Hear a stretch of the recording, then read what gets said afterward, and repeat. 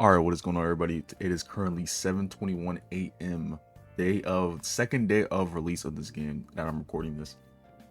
I woke up not too long ago, but today we are going over Clover RPG, the new Black Clover game that just dropped a few days ago. Not even just dropped, paid access. I had early tester to the game, so I didn't have to pay anything, but I think currently it's like $20 flat to play. And today we're just gonna go over my honest thoughts about the game and the future I hope the game can have. So let's just get into today's video. Remember to like and subscribe, and yeah. All right, so the first thing I want to go over is the help aesthetic in this game. They don't really help you at all. They kind of just throw you in. They give you this little like adventure book after a few missions where it just, it helps you understand and tells you how to like progress your magic and whatnot. But aside from that, if you press J when you first spawn in, let me get rid of this book. If you press J, it pops up, your quest book. And the quest, I do like that there you're able to track the quest to see what location you are, like location you want to go in. But aside from that, you kind of just run around. All the quests that I have found aside from the beginner quest, I've kind of just run around the map and explored and found them, as well as running around the map and other than just doing quests and whatnot. There's little events like this one right here that will spawn in, or little bosses that just spawn in around the map that you can fight, and they'll give you some honestly good rewards. So I think progression wise, that's actually not too bad. Now magic progression, it's just the same thing as leveling up. You want to go into your inner realm whenever you like level up a few times. You have skill points.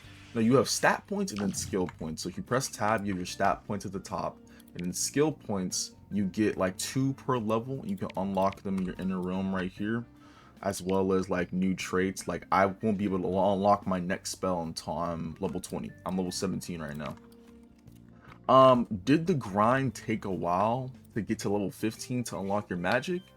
Yes, it did. It took like maybe 2 hours. But in those 2 hours, no, it's like 3 hours, to be honest. In those 3 hours, it was fun to understand and learn the game. And the grimoire selection thing, honestly, that was my favorite thing about the game. Sure, I maybe got like wind or whatnot, but it was fun. It was just a fun experience. And on to the next topic here.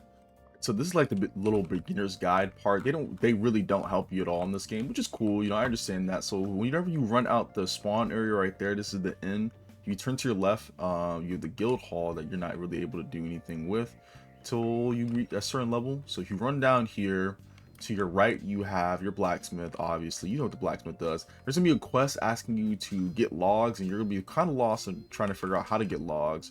If you go right over here, you can buy some wood for like $5. This guy right here, this is not a well, it's a leaderboard, but it's for like a little race thing. It's honestly fun. It's a very good broom race, but you have to get a broom to unlock it. And if you walk all the way over here, you have a dude that you can just buy mana potions from, buy an outfit, buy bandages, yada yada yada. He's pretty cool. The biggest thing a lot of people didn't know about is if you walk right behind the blacksmith and you go into this house right here, you go up these stairs. This is where you sell your items at. This guy right here, general store, you sell your items right here. And if you go downstairs, this is the bank. This is where you bank a lot of your items. You do drop items on death. It's not a permadeath game either. So people killing you and ganking you just to do it, they're just doing it just to do it.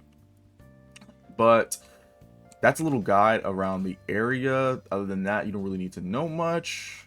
This is for the main village of Kamo. You're probably going to be here a lot throughout your time playing the game, since it's like the starter village, and I haven't found a place where you can like set up another inn and spawn there. There are little respawn locations, like if you're in a dungeon or a cave, there's like these little stone statues that pop up, and you're able to spawn there and stay there and like respawn near them, so you don't have to run all the way back. So that's cool. And so let's get on to our next topic, and we're going to go over the combat. Alright, so here's a clip of me fighting an NPC.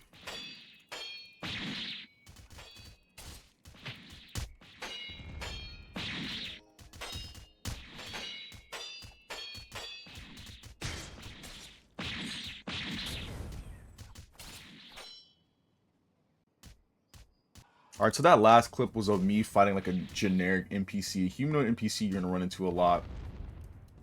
Generally, that is the pretty much the gameplay. The combat wise, I feel like it's a little too slow and could use a little bit more polishing there. Like maybe make it a little bit faster, but it is your casual, parry type game, which I have no problem with. I actually like, the parry type games, but I feel like trying to do like hand to hand, not hand to hand, but like actual PvP with people in like some in certain game modes like the Clover Coliseum, it's, I don't know, I feel like we'd be spamming magic and not really using our weapons a lot, which is nothing wrong with that, but I feel like I want to do more hand-to-hand combat. The combat's not bad at all. I personally do like it.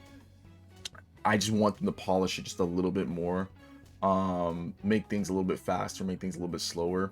And another thing with the combat is whenever you pull out your weapon, you're gonna see at the bottom here it says medium weapon proficiency. You have to go to a certain dojo. Whenever you max out your bar, you get the quest and it'll take you to the dojo. It's like somewhere near the starter village, and you basically go over there and you upgrade with your skill points to upgrade your medium weapon proficiency, which lets you equip a new weapon. You can't just like find a new weapon and equip it. You have to actually like upgrade and stick to something for a very long time. There are some pretty cool weapons in this game. I'll put some screenshots on the screen right now. And that scythe, I really want that scythe, but you can only get it from a certain event and it's very rare. But on to my next topic, we're gonna just go for like the gathering materials, crafting, stuff like that. All right, so gathering, you're gonna have, your average pickaxes. You have a what's it called? Where's it at? You have a pickaxe and you have a sickle. Sickles and whatnot, you can go buy new ones. You cannot upgrade them. So sickles, you can come over here and like gather this. Anything that's glowing like this, you can gather. There's obviously stone, gold that you can smelt down to crafting stuff over here. You can craft it. There's like multiple different blacksmiths around the map. You can craft all of them. You can craft stuff at all of them. There's obviously weapon schematics and there's armor schematics that you can come over here and turn into this guy. And look, yeah, steel sickle. And you can only, whenever it says harvesting power, like harvesting power or mining power, you cannot mine or break certain things unless you have unless you have a certain amount of power. Like the stone sickle only has 5. I can only get certain things. I can't get a lot. And this guy's asked me, do I know how to get steel? Not at all, king, not at all, king. But string stuff, bamboo, cloth, all of that. And as well as that, they kind of don't really encourage you to go mining and whatnot for certain things until like you really need it. But I definitely think it's okay. I definitely don't like the harvesting power thing or like the requirements to get the other like upgrades. It's kind of a lot and you still really don't know where a lot of this stuff is at. They don't really tell you either, which is fine. As people play the game more, we'll learn, and obviously people will drop more videos and stuff to teach you guys. But this is really just my honest opinions about it. I think it needs to be changed a bit.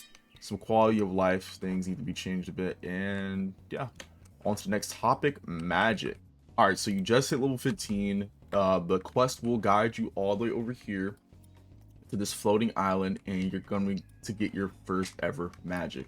Now, there are only a few magics in the game. There are flame, light, wind, lightning, shadow, and time. Time being the rarest, obviously, because it's one of the strongest.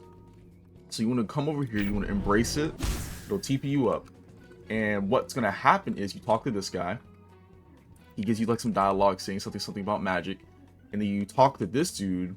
And then you just stand in here for a while. And the magic, it'll play a nice little cool animation. And a grimoire will fly to you. That grimoire being whatever you have. And oh, the offers change. So this is new. The shop actually rotates. At first it didn't. But basically you get your magic, and then once you talk to him again, he'd be like, oh, how do I progress my found abilities? I read your grimoire, you must look within you, your inner realm. Pretty much the same thing is you press M, you go to your inner realm, skill points, get in there, blah blah blah. Magic wise, I definitely think that I haven't seen all of them. I've seen light and wind. And I definitely think that they need to, I don't know, make the animations look a little more not simple. Like, I haven't seen all the wind skills or like all the other skills, but like Gale Spear, for example. I mean, that looks cool, but like it's not hitting the same as like what some I've seen people do, like fucking lightning kicks and shit, you know, like I just wish, you know, it looked a little bit better. But the progressing magic wise, it's the exact same way you like normally progress. You know, you just fight mobs, do events, fight bosses, do quests, level up. You save your skill points. You're gonna have like 15 skill points by the time you finish. You get like level 15.